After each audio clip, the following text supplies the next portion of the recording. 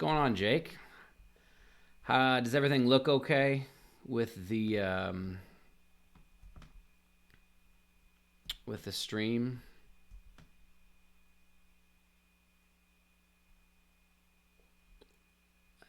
Your stuff should pop up.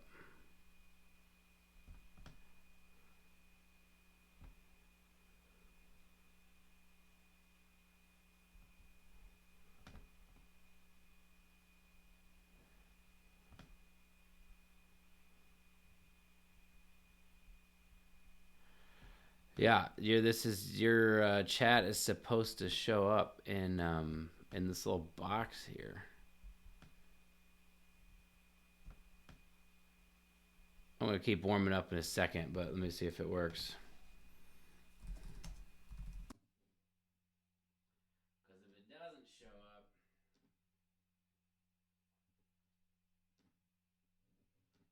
pop out chat, hit that.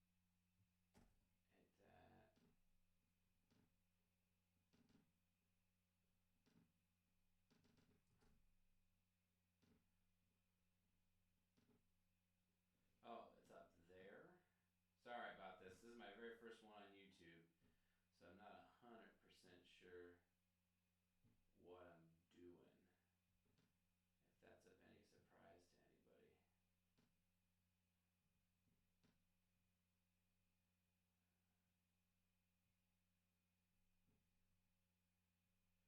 Found it. How was your guys' Thanksgiving? Nick was telling me a little bit about it. Boom. All right. Yeah, how was your Thanksgiving? How was your Thanksgiving? Nick was telling me a little bit about that you guys were going to head to Medina and stuff, and was wondering how it's going.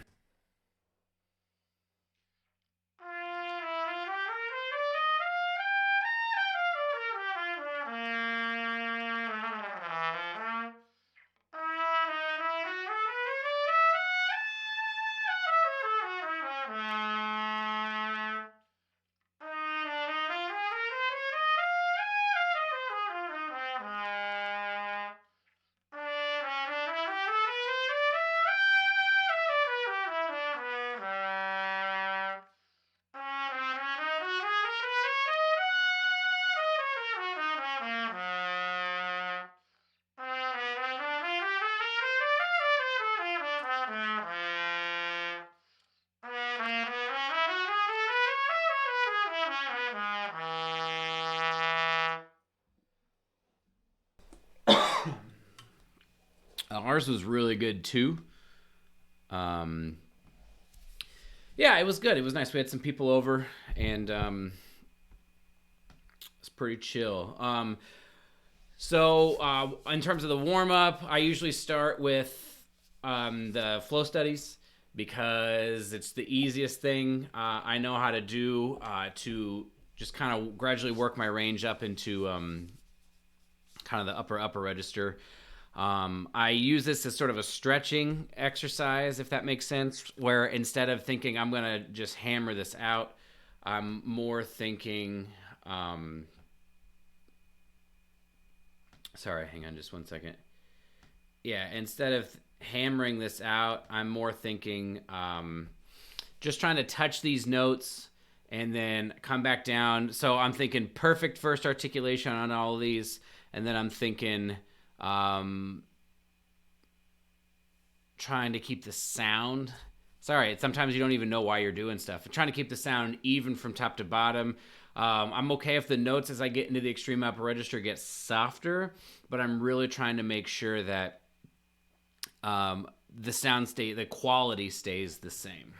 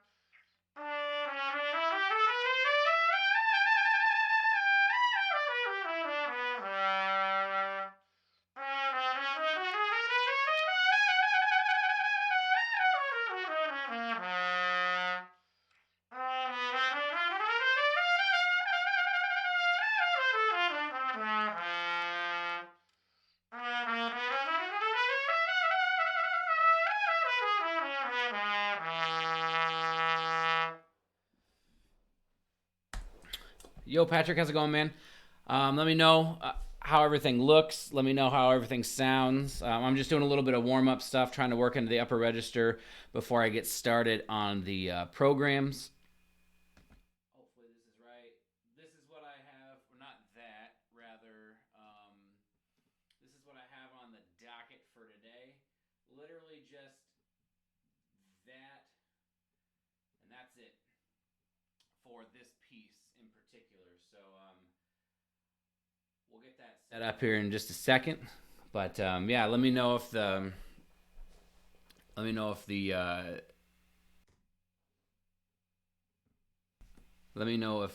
everything sounds okay.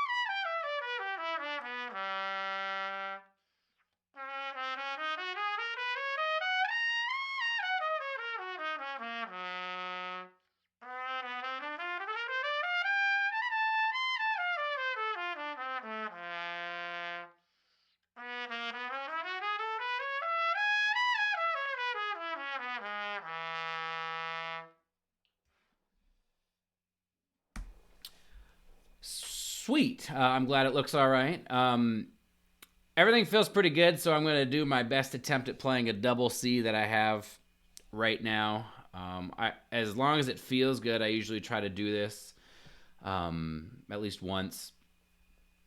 So, yeah, basically, I've decided on 1, 2, and 3 as my possible valve combination. It seems like it comes out okay. And we'll see how it goes.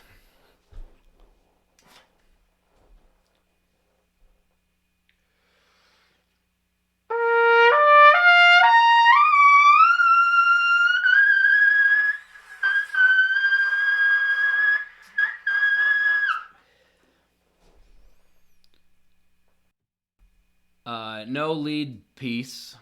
It's close, you know. It's close. This is what it sounds like most days. Every once in a while I get it, but most days it's like almost there.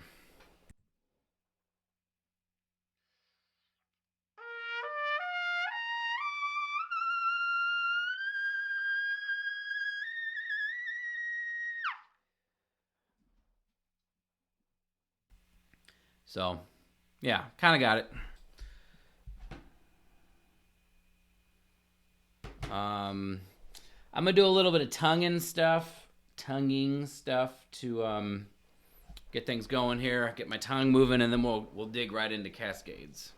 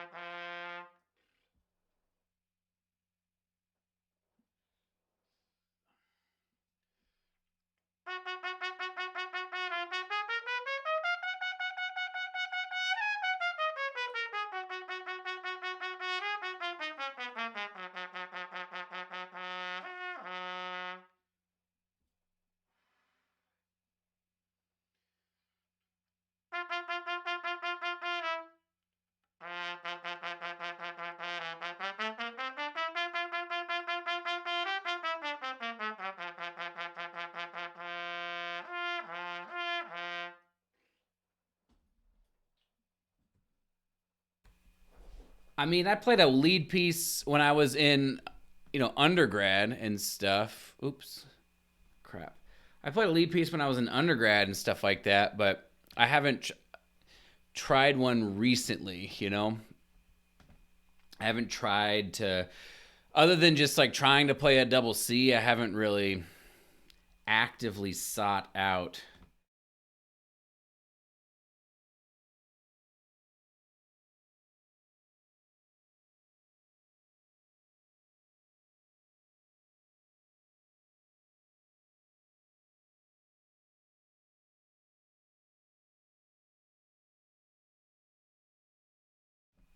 Sorry, hold on just a second. I don't have my microphone set up on the other one. Hang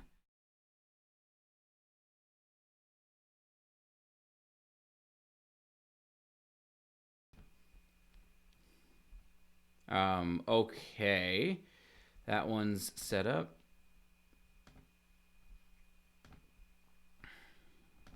And there's my trumpet mic. Okay, yeah, I honestly just don't care that much to try a lead mouthpiece, Um,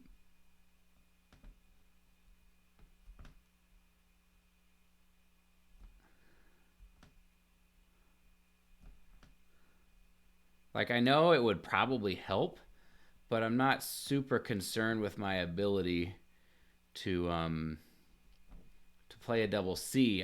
What I've noticed, if there's anything I've noticed, is that for realsies, I've noticed that my actual ability to play in the upper register is just improved. Like, my double G is consistent now. I don't really, I don't have to work too hard to do it.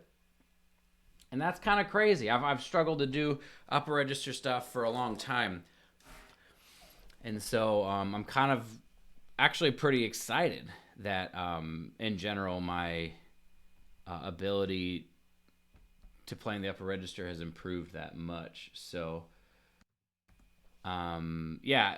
Can you see the music? Is everything all right with that? Like I said, this is my first stream, so I'm still working out the details on what it looks like on your end. The program I'm running, like I said, we go back.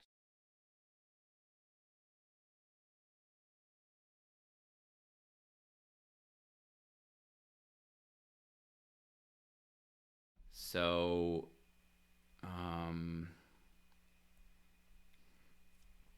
get our metronome out here. So this is going to be extremely slow. Patrick knows about this kind of thing, knows about this programming that I'm doing, but we're starting at 50% tempo, and we're going to do it 3 total times at 50%. Here's time number 1.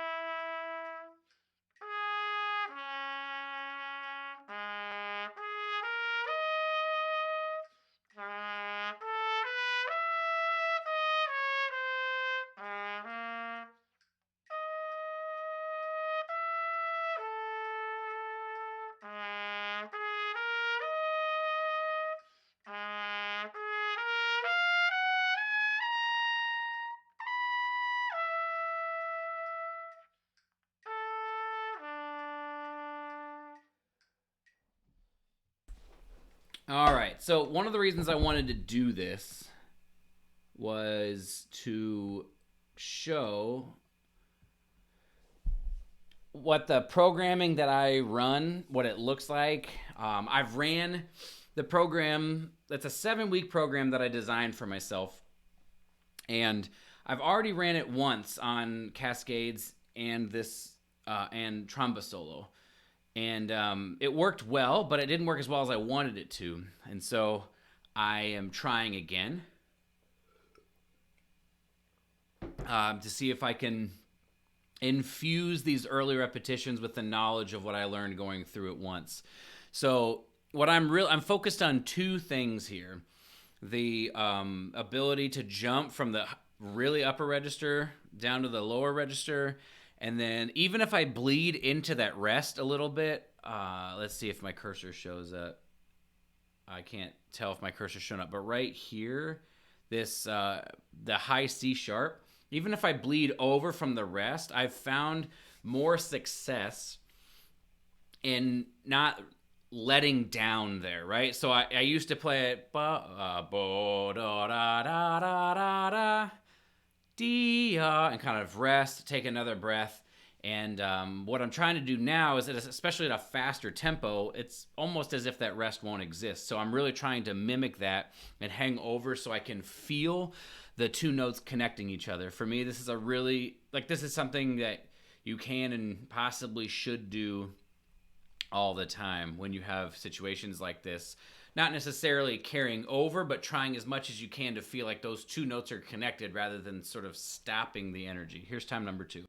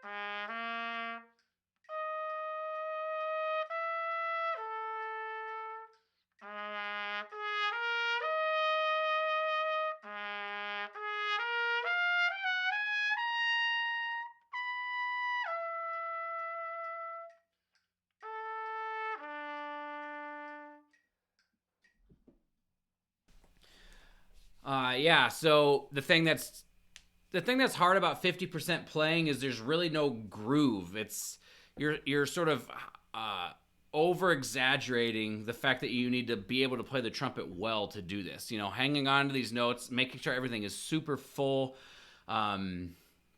is challenging in and of its own right. And so the way I try to approach practice now, as opposed to when I was younger, is I try to back up to where I can maybe do things perfectly or very close to perfectly, and I let striving for perfection be the difficulty for me rather than just trying to get through it or trying to be able to play it. I think all too often we will play something like this and make a whole bunch of mistakes, and then the difficulty comes in just not being able to do it. But for me, like I said, I think the difficulty would come in elsewhere. So one more time through, I'm going to try to make sure this is as clean of a run as possible. So I know what I'm focused on. I'm focused on breathing on the lips. I'm focused on just never stopping the air at all, ever. And I'm focused on making sure everything feels as connected as I can. And for me, it's brain power that gets me there. So here we go.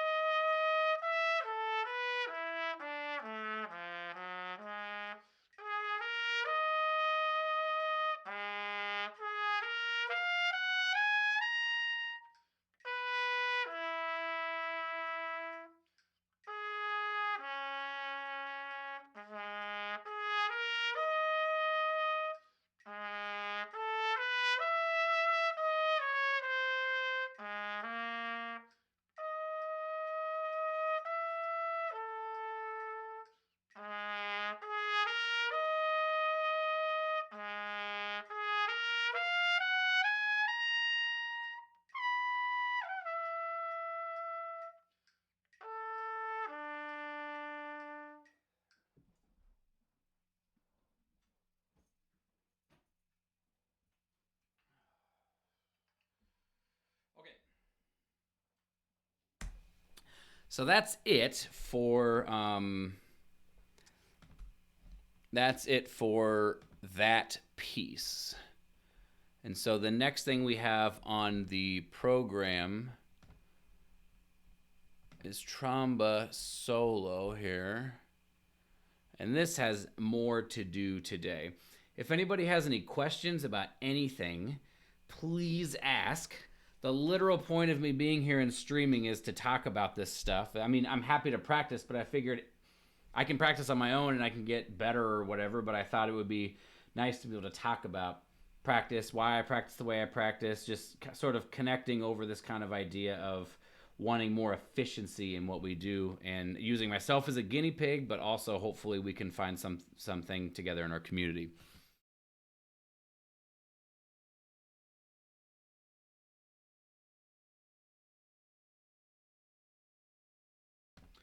All right. It turns out that I had not looked over that. So what it looks like is I have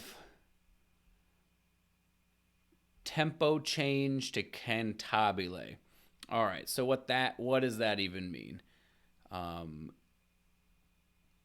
Tempo change to cantabile means that I've already done these sections. So I get the piece into various sections, and tempo change to cantabile means the tempo change up at the top of this page. I'll stop doing that so you can see it. The tempo change at the top of the page, basically to the bottom of the page. And so, sorry, let me look at the tempo marking is, I can't see that. Oh, 100. Okay. So 100 for this. So then you put the tempo marking here. This is the half note. I'm so sorry. This is the eighth note.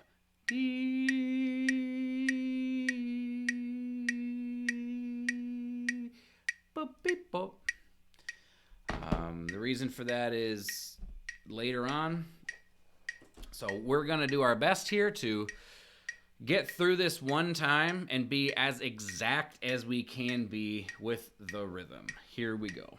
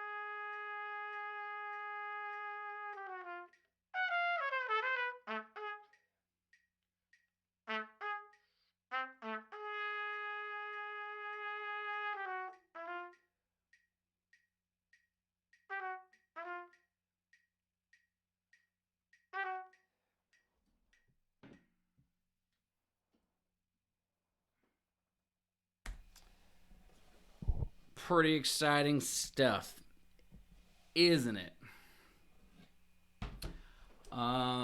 Troy, do you think playing at half tempo at a piano dynamic would be helpful?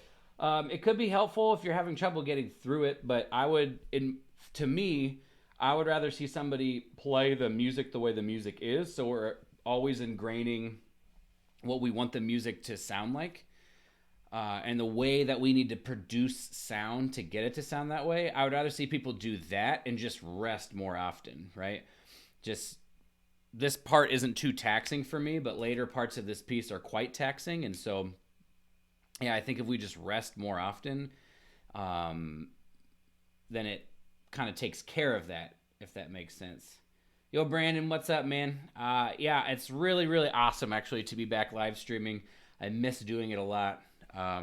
Decided to come over to YouTube because I just was thinking to myself how difficult it might be to teach a lot of people what Twitch is when YouTube already exists and they all have YouTube accounts and stuff like that. So I know this isn't super sexy playing or super awesome to listen to, but to me this is the sort of the dirty work that you don't often see when people talk about practicing, and especially practicing slow. The attention to detail. This allows me to hear every single note.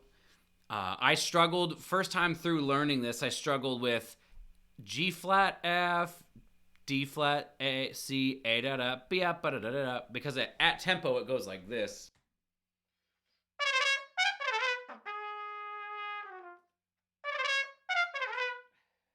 Like, it goes much, much quicker, or much more quickly. And so this time around, I'm really, really focused on making sure my fingers are agile, even at this slow tempo. And I'm focused on making sure that I just really understand the rhythm. It's going to be a bit of a guessing game at the actual tempo just because of how fast it goes, but I'm doing my due diligence now.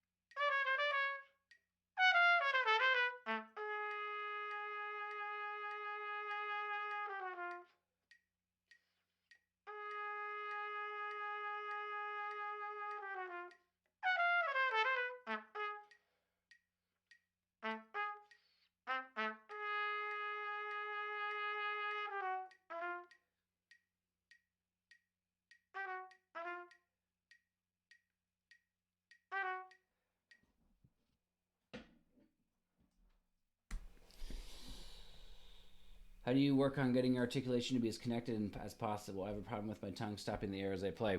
So the way I think about that is to think of, instead of going, which way would be best? Thinking, I think of this little I'll do it this way because it's easier for me. I think of this little curly cue. So it's really, really weird, but it's sort of like you're speeding it up. So it kind of forces you to blow through. It's kind of what true sustain is made out of, right? Instead of it just being you're playing long, is it's actually connected. So Troy, do that on your side of it. Just think about it in terms of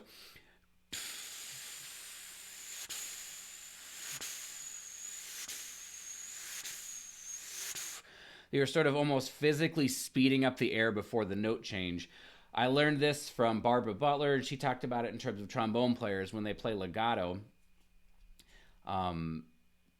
It requires them to have this because they sort of have to lightly tongue even when it's slurred, or else you would just hear gliss, right? And so we can take from that by having everything be super well connected, but we have to sort of speed up the air right before it. If that doesn't make sense, keep asking questions until I get it right. I got to do this boring section one more time.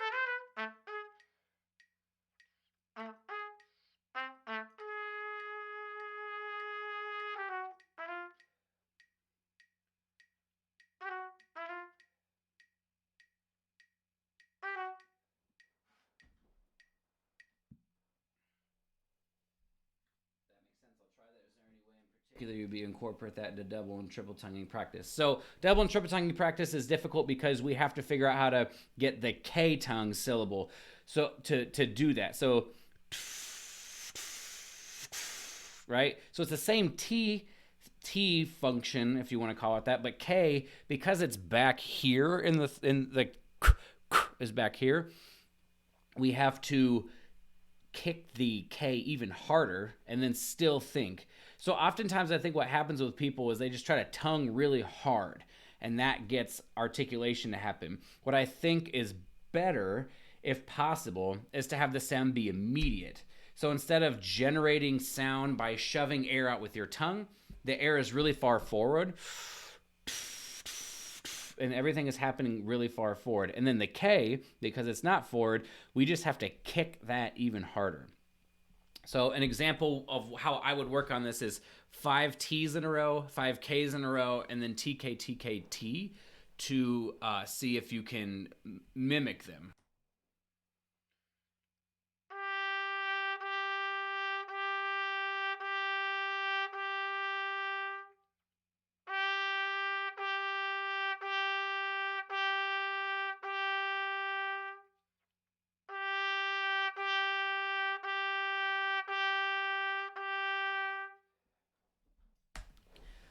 I find it kind of difficult myself to get that, when you do it that slow, to be that coordinated. So ideally speaking, you want it to sound the same and possibly even feel the same. Of course, it's not going to feel the same, right? It's not, because it's back here as opposed to up here. But this sense of like where like the air is fast leading into the articulation. All right, the next thing I got to do is page 4 to the dolce. So that's page 3. So we're looking at the top of the page. We're going to put the mute in and then stop at that dolce halfway down. And this tempo is 100 as well.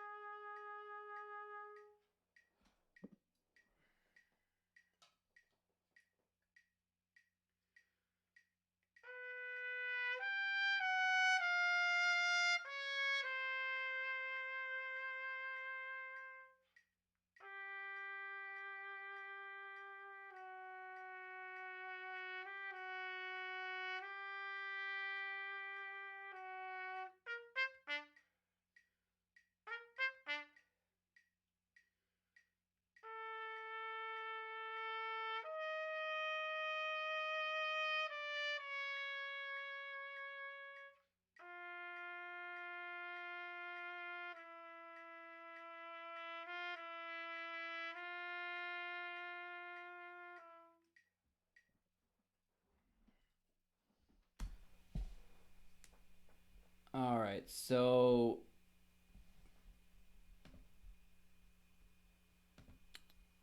all right, I gotta fix this YouTube chat here. Sorry, everybody.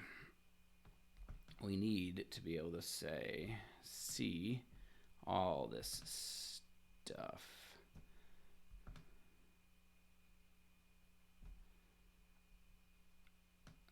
So my apologies. Hang on.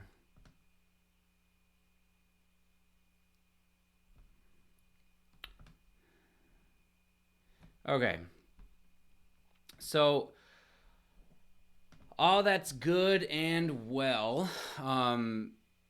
This section isn't super difficult, obviously, but what I've learned in my own playing and my own practice is that I have a tendency to overlook things that I think are going to be easy, work really hard on things that I think are going to be difficult, and then when I go to play it, all the things that I worked on that I thought were difficult went really well because I worked on them. And all the things that I thought were easy that I didn't work on, something weird that I never ever thought was going to ever happen ever in my life ends up going wrong, and I'm just not into that anymore. So although it's time consuming, I take the effort and I take the time to cover all of my bases. So here's time number 2.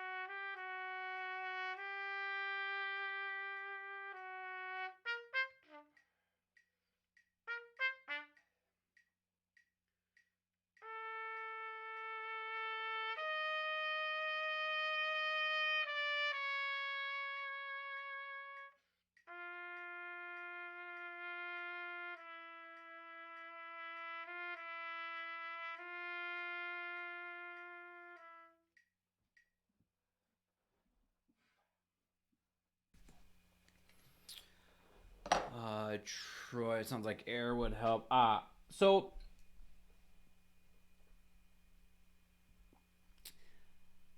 working on lung capacity can be as simple as doing breathing drills, right? In for 1, out for 1, in for 4, out for 1, in for 4, out for 4, in for 12, out for 18,000. Those can be helpful in learning how to control your air. And then I guess if you want to buy a breathing bag, those medical bags that are 5 liters or something like that, those can help be a great visual aid for seeing how well you're releasing and inhaling air. I'm not certain.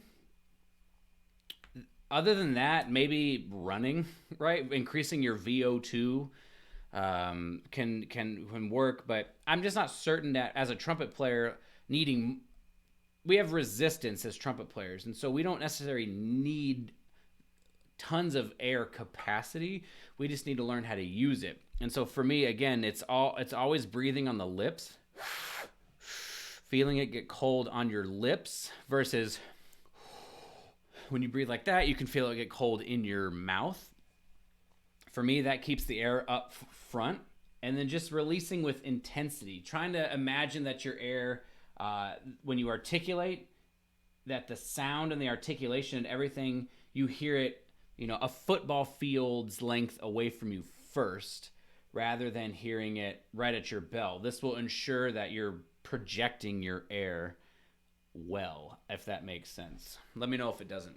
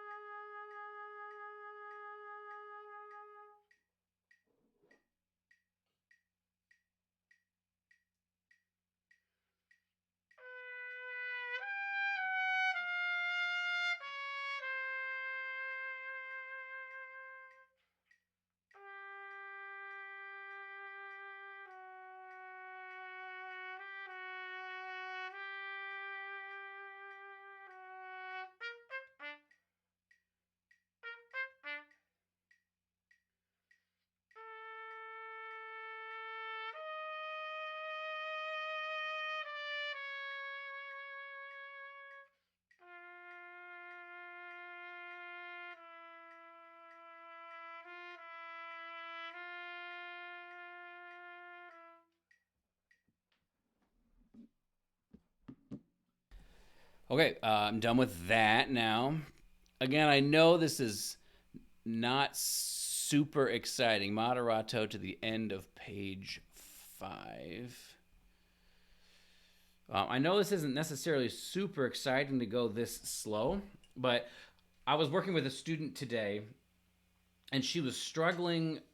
She started out great, and as she was playing, she was struggling with maintaining focus. Now, I'd imagine this is something that everybody struggles with to a certain extent, is maintaining focus when they play. And so, to me, another benefit of playing at 50% tempo is the ability to work on maintaining focus, because it's so slow. You just want to get it over with and move on. But you can't do that. You got to stay focused. You got to stay in it, because you only get 2 or 3 times through. As you can tell, I'm only doing 3 times today through these sections to try to improve upon them. Now, if I can possibly play all 3 repetitions perfectly, that seems like it would be a pretty good place to start and thing to focus on. So I'm from note 1 of repetition 1 to the last note of repetition 3.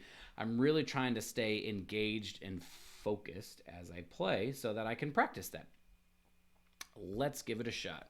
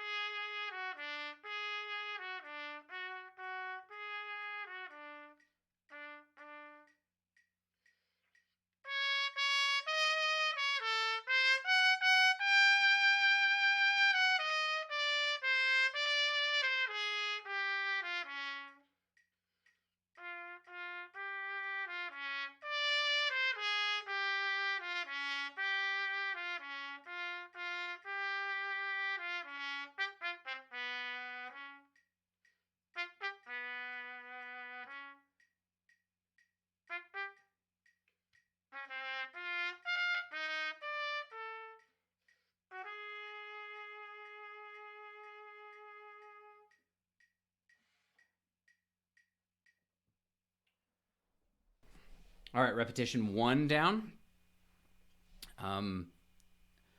It feels good. The most difficult part of this for me is these octave F leaps. That's one of the most difficult parts for me. And then, just getting all these differences in dynamic, the differences in articulation, getting the differences of rhythm, where I didn't even notice until I listened to a recording. It's got that triplet in there instead of just straight eighth notes. So, all these little tiny things are totally doable at this tempo. And so I'm giving myself the best chance to actually ingrain this stuff the way it should go, as opposed to ingraining it just kind of okay and then taking forever to slowly weed out the details. I just get the details right from the beginning.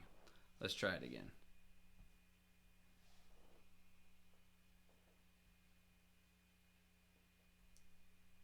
Troy.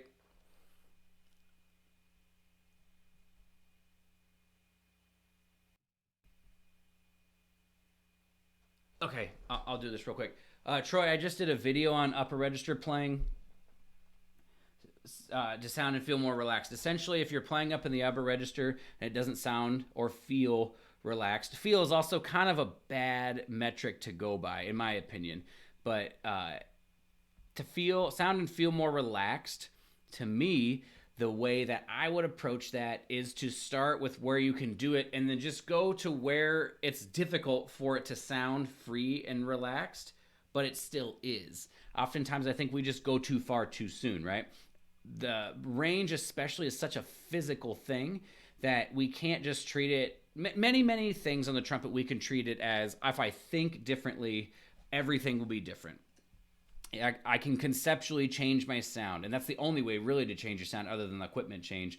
I can conceptually change my articulation. I can conceptually change the way my air moves, or how I think about playing soft, or how I think about playing loud. Range especially is one of the few things that there are certainly conceptual elements to what we do, but a lot of it's physical, and if we're trying to play beyond our limits, then we're not, and it's a double-edged sword. And they're both bad.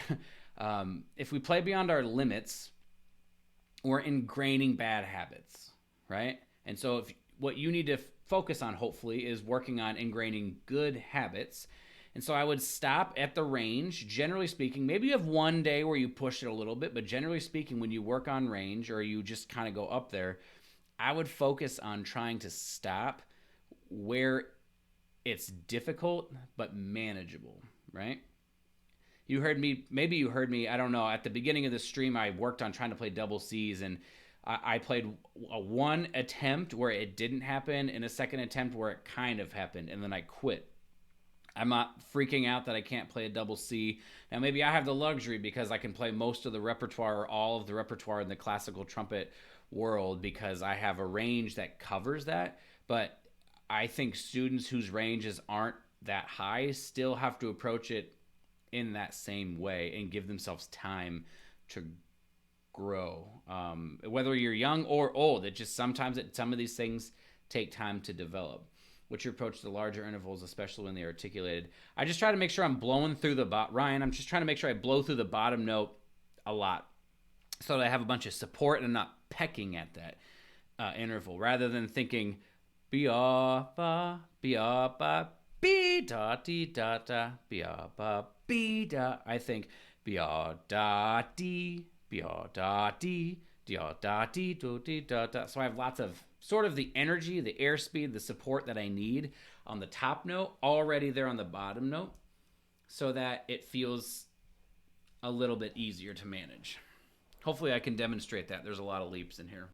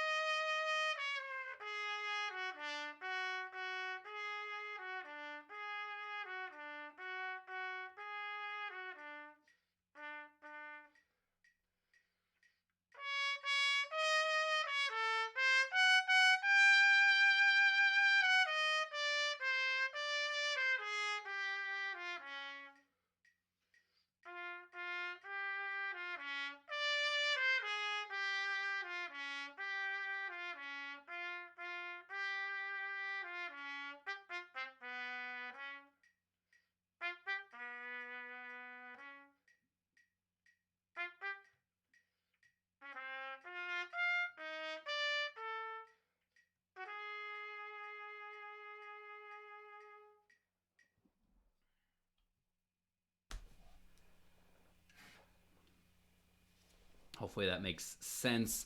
I'm really just thinking bia da dee da dee da da, not bia bop beep, bia bop beep, bia da dee do dee da da. In general, I'm a player that plays things on the longer side. To me, it just makes it so the trumpet is easier, you know? There are some things that maybe I play slightly too long. In this particular instance, I might not even play some of this long, but when it's this slow, I'm really trying to ingrain proper habits right out of the gate. When it's so hard to feel what the music might be. Again, I've played through this already. I've done this 7-week program already. And so I'm trying to infuse that knowledge and just do the whole thing over again and see if I can make it better than it was last time when I finished. And in this particular case, in this particular excerpt, yeah, mostly those leaps were getting me at faster tempos. So I'm trying to get it in my ear and really trying to make sure my air is working for me last time through.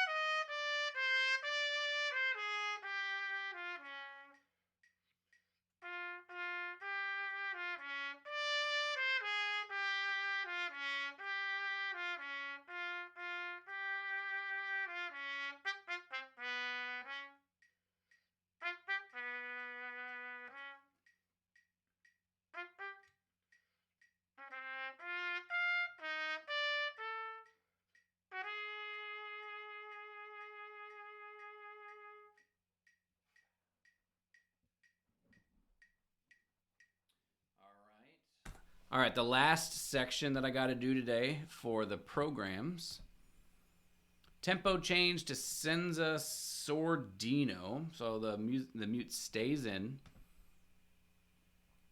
If you guys want to see it here, this is the program. So you can see, I don't know if you can see it, but it says tempo change to Senza Sordino 3 times at 100. This section is shorter. Hello. This section is shorter.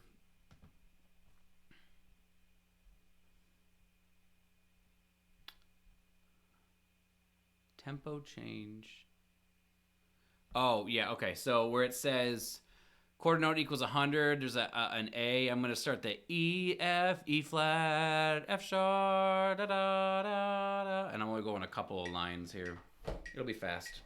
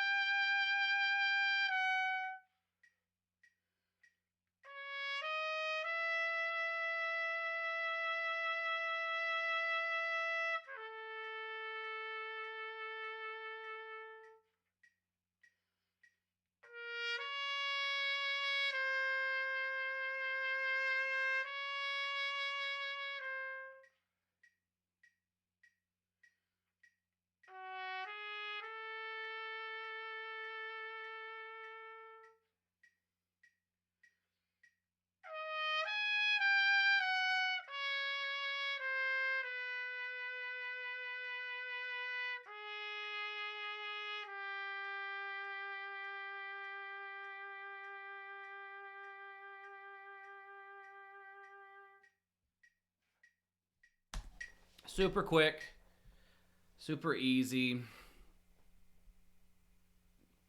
Let's see, how do I get this stuff more at the top? Remove. Good. All right. So this section, I'm just going to knock it out a couple more times and then we'll move on.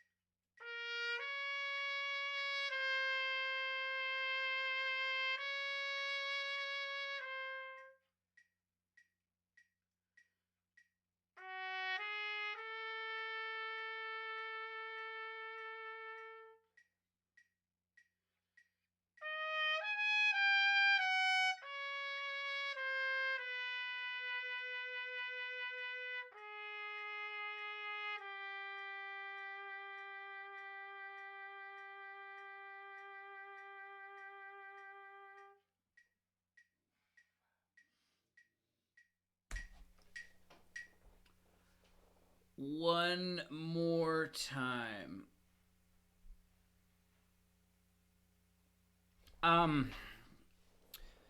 Troy, remind me, have you looked back through my YouTube videos? Because I have a whole bunch of YouTube videos of me practicing the list, but I don't remember if I did any the week of an audition.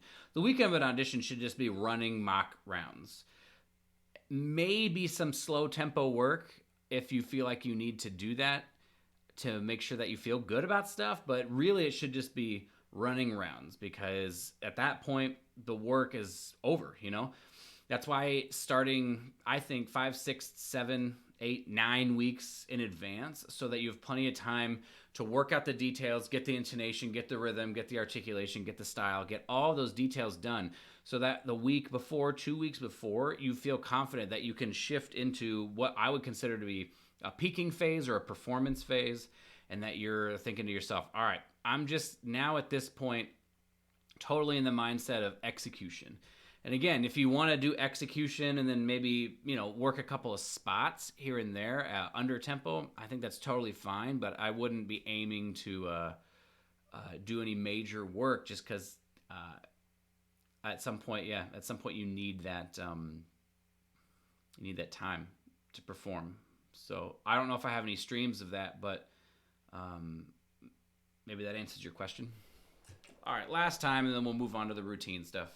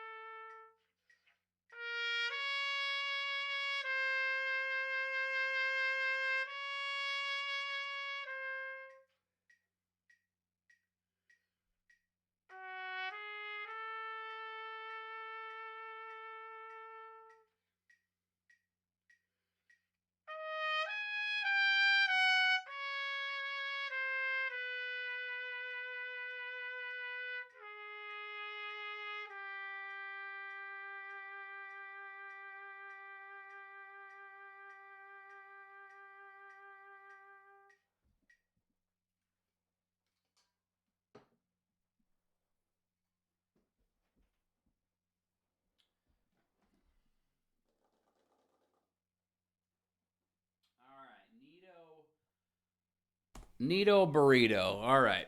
So now comes the fun stuff. So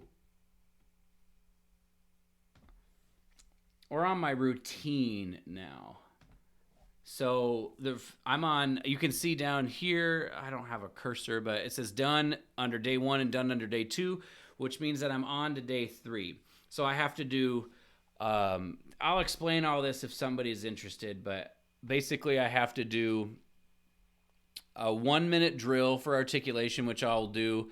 I have to do Arbin page 167, number 55 at 46 beats per minute. I have to play the Snedeker low etude number 10 at 62 beats per minute. I have to play this page in the sax books at 70, and then I just need to warm up on the piccolo. So I'm going to do the piccolo warm up first, so we can go with that, and then we'll switch into the 1-minute drill, and then we'll probably do the Snedeker low etude after that. So let me get that up. Nope. Hello. All right. There we go. So this is a warm-up I got from my teacher, Barbara Butler. And it's just for stretching. I don't have anything to play in the... I mean, I'll have the Messiah to play at some point soon. But I don't have anything big to play in the piccolo. But I've just noticed if I don't have something to play in the piccolo, I just won't play it. And so my solution is to have worked it into this and at least just warm up and cover the range of it so that I don't really lose my ability to play. Here we go.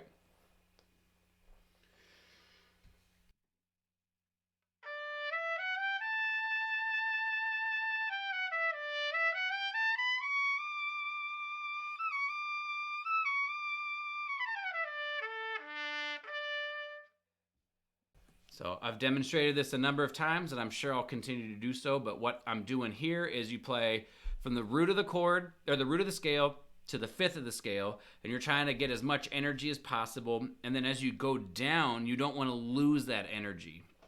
So as you go down, you want it to stay nice and excited, and then you go all the way up to the top of the scale. This sort of is an exercise that over time has taught me how to play every note on the piccolo like it's a high note.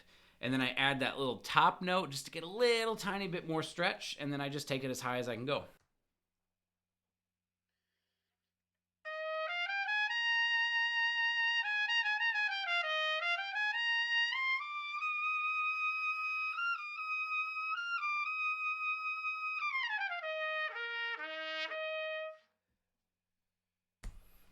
Like I said, this is just to get me feeling those notes up there on the top of the staff, and so that I don't let it go too long without playing the piccolo trumpet.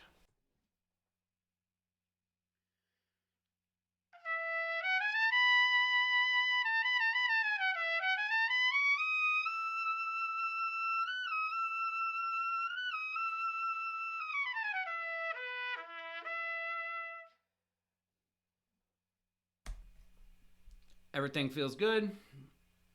I'm not trying to play too loudly, right? I'm just trying to nice and streamy. Barbara would say, stream your air, kind of flute-like quality. And so we're working on just everything centered, everything even, not necessarily everything loud.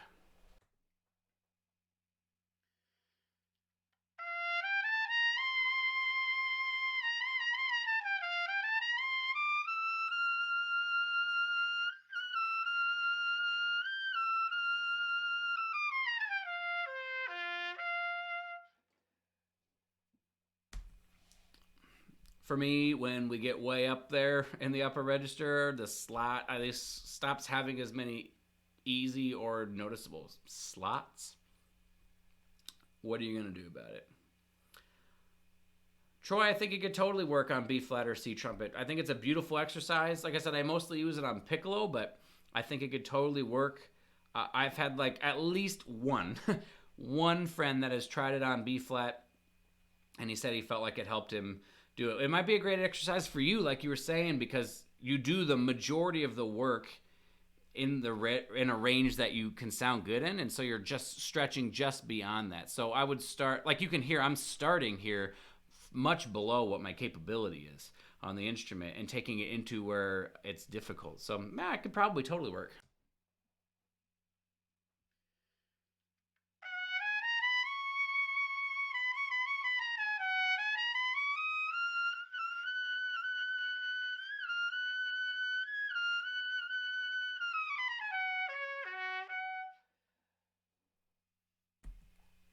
So, like you can hear, my brain is starting to hurt a little bit, and the notes aren't necessarily slotting and coming out nicely, but I'm also playing a B, so it's okay.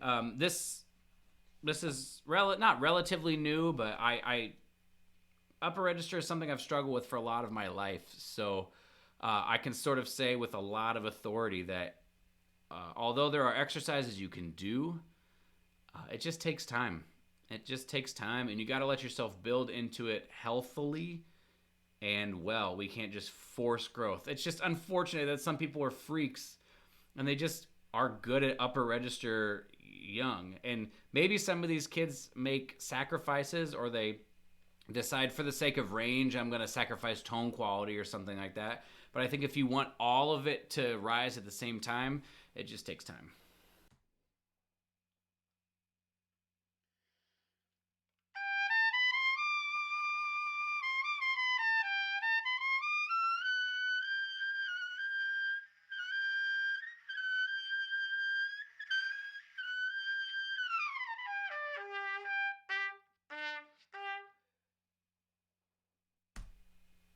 And then just for funsies, I'll play although that's the end of the warm up, just for fun to play some music on the piccolo, let's just play Credo.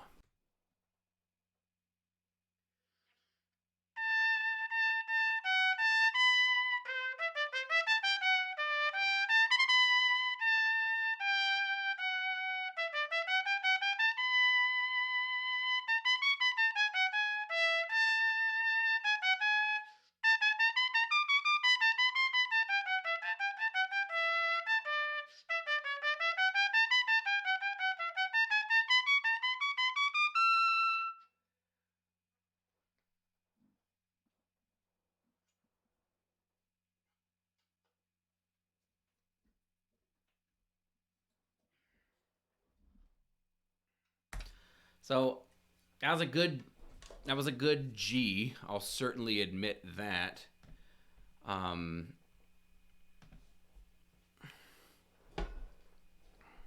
I got to fix this chat as well. Sorry.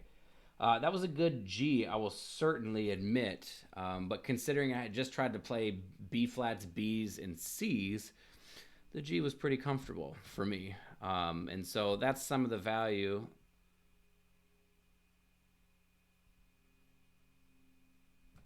That's some of the value I think that you can gain from. I'll fix this for the next stream. That's some of the value I think you can gain from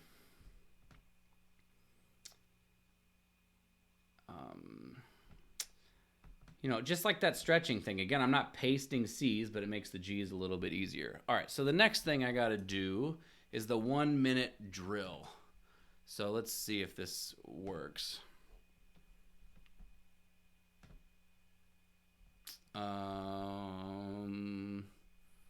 Okay, this is supposed to be a stopwatch, but it's not. Well, you'll have to trust me. You'll have to trust me. So I'm going to make this stopwatch go in just a second. And what's my tempo? Sorry, hang on. 54 beats per minute. So what this exercise is you take a G in the staff. I think this is a Herbert L. Clark thing. You take a G in the staff and you tongue it for 1 minute straight at a tempo. And what this, I hope, will do over the course of time is we all can tongue maybe kind of fast for a burst of 4, 8, maybe 16 notes at something like 120 and 124, 128. But to tongue for a full minute requires something different of the tongue. And what I've noticed in Tromba solo is there's tonguing that's insanely, it's at like 120, but it's for a lengthy period of time, and it's just not comfortable. And so I need to develop something that's going to allow my tongue to move faster. So I'm going to hit this thing, and it's going to be 1 minute of me playing a G, breathing as necessary. I hope this will be as exciting for you as it will be for me.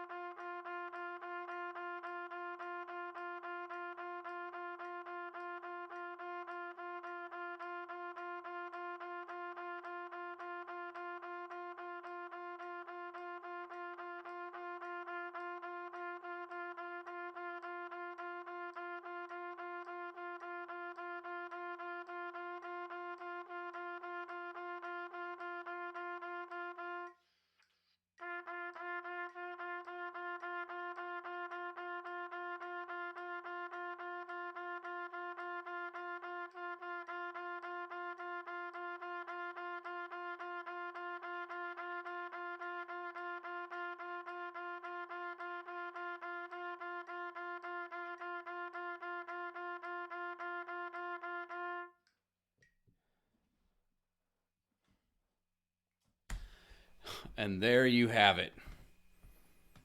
Very, very, very exciting. Number 55.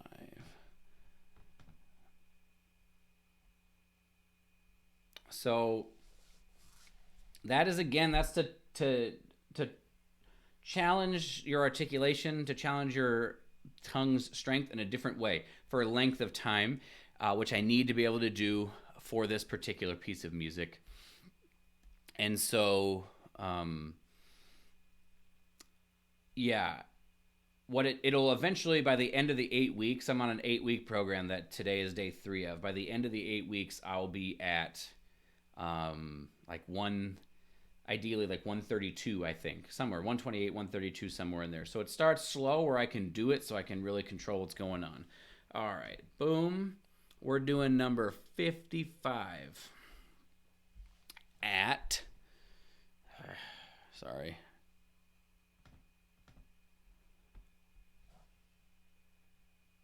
46 beats per minute.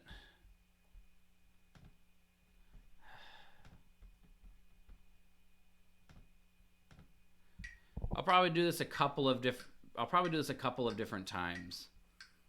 I want to try to actually to see where this goes, but improve upon it.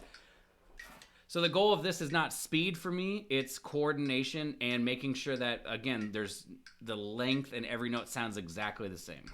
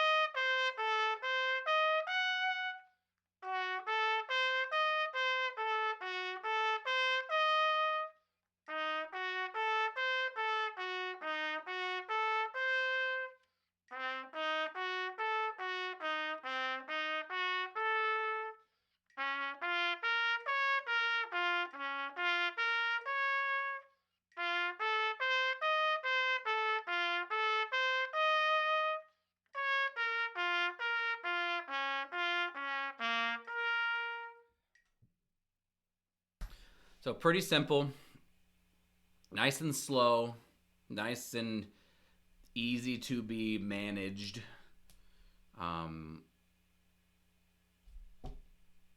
That's really, it's just Arbin, you know?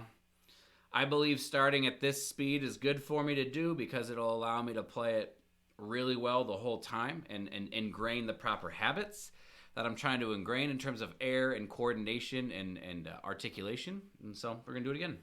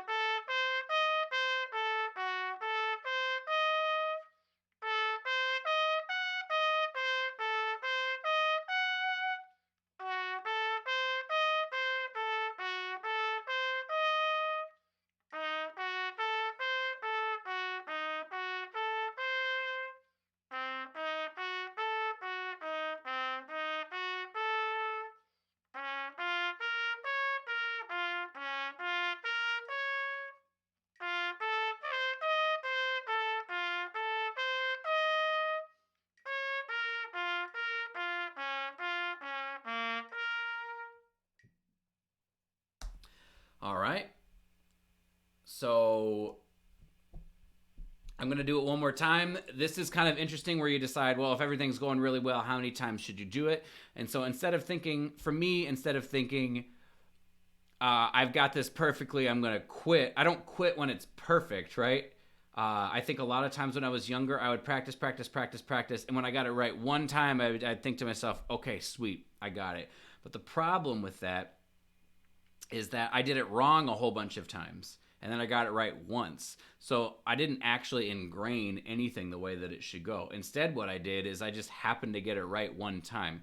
And so what I'm trying to do now is ingrain it the right way multiple times. And so that at the very minimum, what I want is the majority of my trumpet playing overall to be more than 50% what I want it to be. In my opinion, if it's over 50%, then you're looking at progress, right?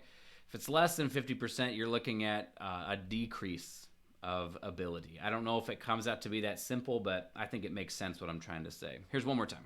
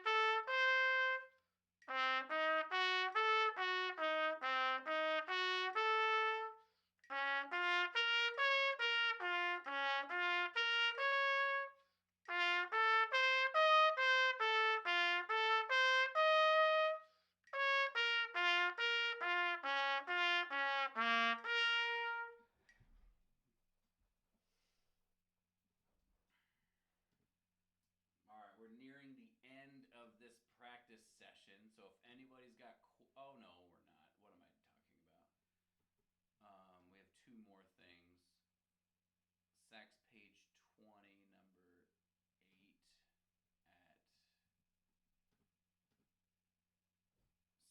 70 what? I don't even know what that means. Sax page what? Sax page 20. Right.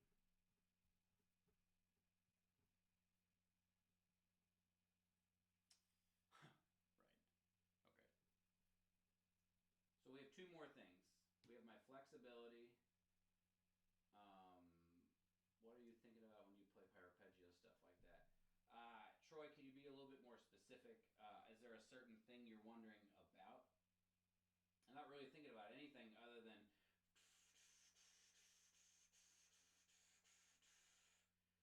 that's what I'm thinking about right now, but I don't know if that's as relevant to you. If you're, I mean, there's a lot of things that in my playing are coordinated and happening together. So I think I have to think about less than people who struggle with this thing. So if there's a certain thing that you feel like you struggle with, you should let me know. All right.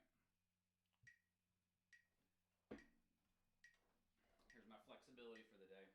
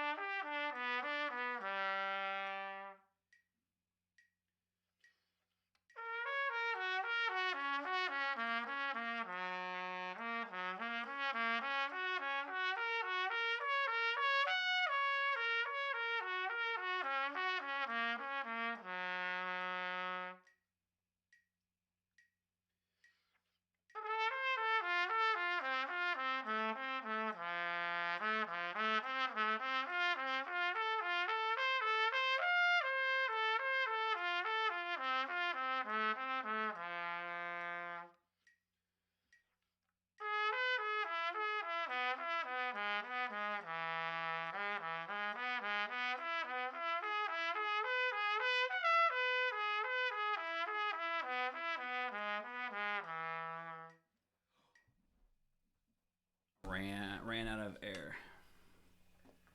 I think I just changed my setup too much when I'm transferring through different ranges, even if something as simple as arpeggio. Yeah, so ideally speaking, Troy, everything should be a straight line, right?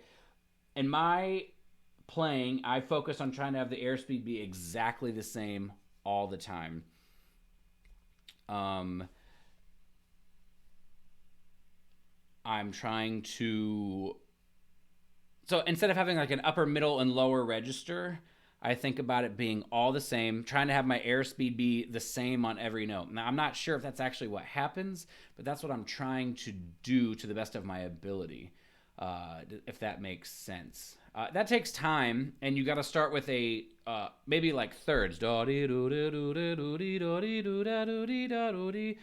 Right, maybe starting with something like thirds where the intervals aren't quite as big and work on trying to play everything the same and then graduate into fourths, fifths, arpeggios, things like that. Does that make sense?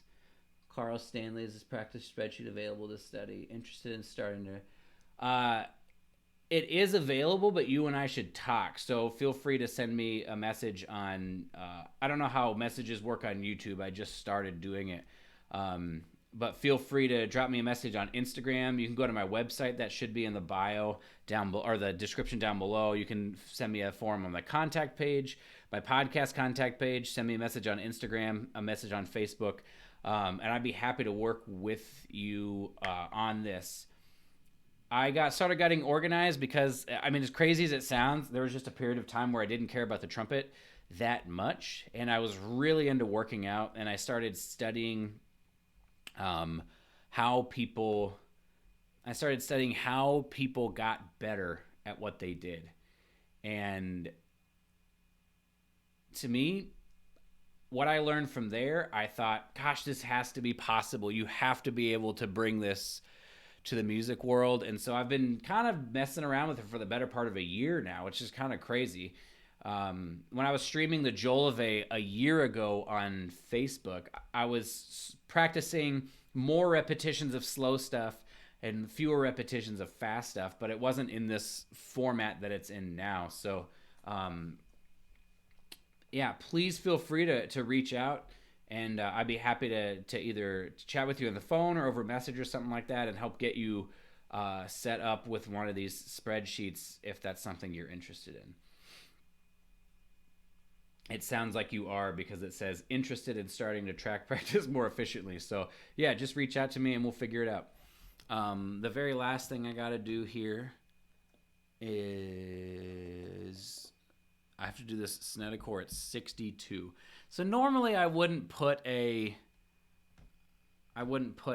time or a metronome marking on an etude, but this is going to be maybe a weird thing to say, but I'm trying to use this to get better at low playing, not to learn this etude. I've been playing this etude for years, and so I want to spend more time slowly in the low register playing music. I have other things that I'm using throughout the week to get better at low register playing, but in general, I just thought it would be nice to actually invest in doing it the right way rather than just kind of playing through it. So I'll play from the beginning to A and then check back in with you guys.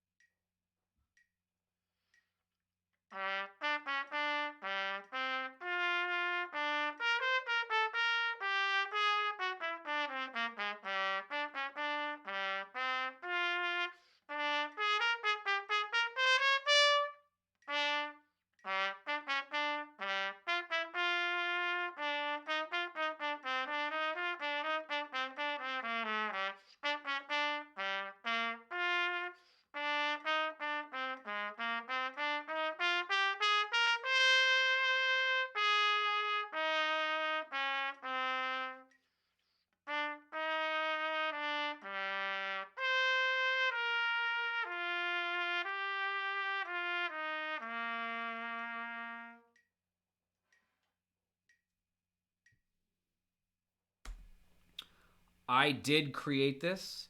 This program is specific to me, but I have the ability to create specific programs for other people. I find it to be, I mean, not to get on this little soapbox, but I find routines like the Mace routine to be amazing, and I've done it before.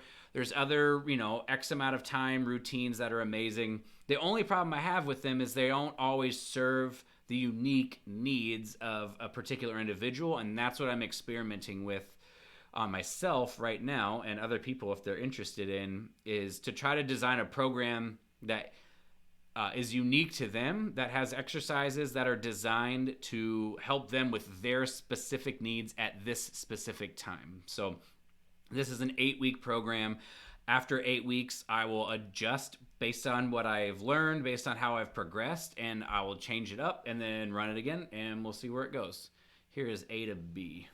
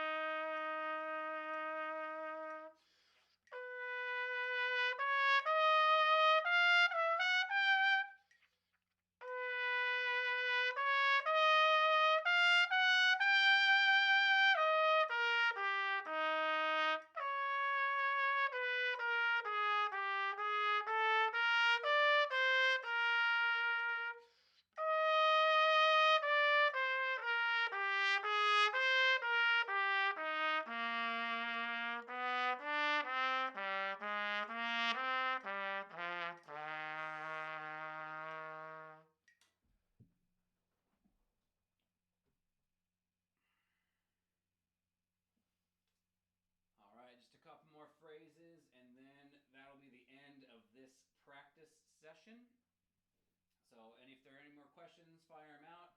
If not, I'll either be back tomorrow or Wednesday. Not sure what time. You can see down on the bottom the social media stuff. Feel free to follow me on social media. I'll post most likely I'll post on Instagram and Facebook. For sure Instagram, maybe Facebook, probably Facebook. Just depends on what times that I'll do this. Sometimes I'll take a poll to see if there's like a general time that people would want to do it, because I have not figured out yet what my schedule would be like to do it with any consistency, right? Because the orchestra schedule is different every single week. So right now I'm just going to try to fit them in where I can and when it seems like people might be able to watch. But yeah, feel free to um, follow me on Instagram, follow me on Facebook. You can check out both my websites. Subscribe to me on YouTube if you're not. Tell your friends to subscribe to me on YouTube or check this thing out if you feel like this is something of value to you. And yeah, let's finish this out.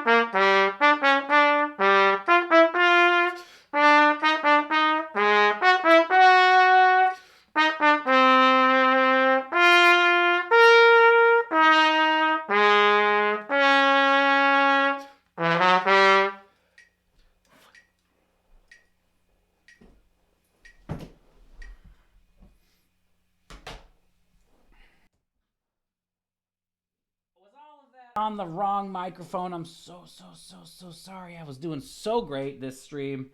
Sorry about that. It probably peaked everything the whole time.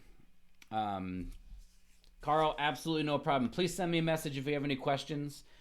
And I would love to work together if that's something you're interested in doing. Troy, I don't think you're still here, but I'm more than happy to answer. Yeah, I hope to do this at least 5 times a week. So it'll be like a lot to watch after the fact for most people, but I would really like to try to build a community full of people who want to talk about this stuff, a community full of people who are interested in getting better and talking about how to get better. And mostly I would like to build a community of people and get a, not but build, but help people find each other who are just interested in being the best that they can be, sort of free from worrying about where that ends them up. I think in so many other fields and so many other ways we have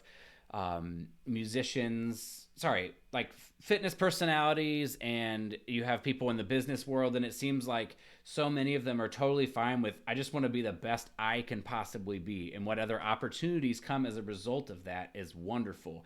And I feel like in music, we say to ourselves often, I gotta win a job, that's why I want to be good, I gotta go get paid, which of course we all gotta get paid, but I think to myself, if we had the mentality of I want to be the best I can possibly be, that seems like it would open up the same doors that trying to win a job would win. It just would be never ending, you know? And to learn skills that will allow us to continue to improve throughout our lifetime. It's something I'm very interested in. I've been digging around with right now, and I feel like I'm on to something pretty interesting in the way that we can sort of program for ourselves to never stop improving. So I appreciate you all being here. And like I said, I'll be up on Instagram and Facebook to talk about when I might do it. I might miss tomorrow because we have a double with work. We'll see what my schedule looks like. And yeah, I appreciate you all for thank you for watching, and we will see you next time.